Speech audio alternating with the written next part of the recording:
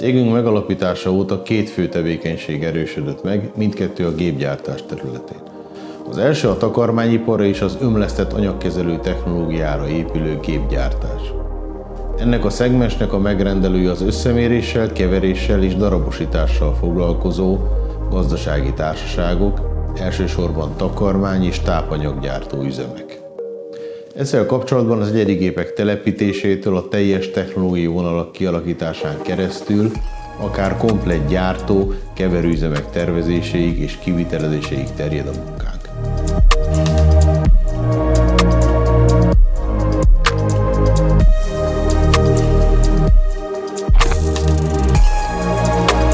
A másik fő területünk az ipari mechanikus fényfelülettisztítás, különböző felülettisztító berendezések fejlesztése és gyártása.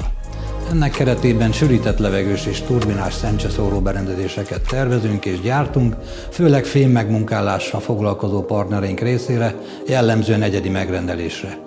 Cégünk jelenleg is kiterjedt gépparkkal rendelkezik, azaz gyártói kapacitása magas fokon gépesített. A fémmegmunkáló munkafázisok a legkorszerűbb CNC vezérléses lemezmegmunkálókon, forgácsológépeken és más segédberendezéseken történik. Azonban a növekvő piaci igények miatt szükséges a géppark további fejlesztése. A meglévő gyártócsarnokaink mellé egy új gyártócsarnok felépítése is szükséges a kapacitások és a termelékenység növeléséhez.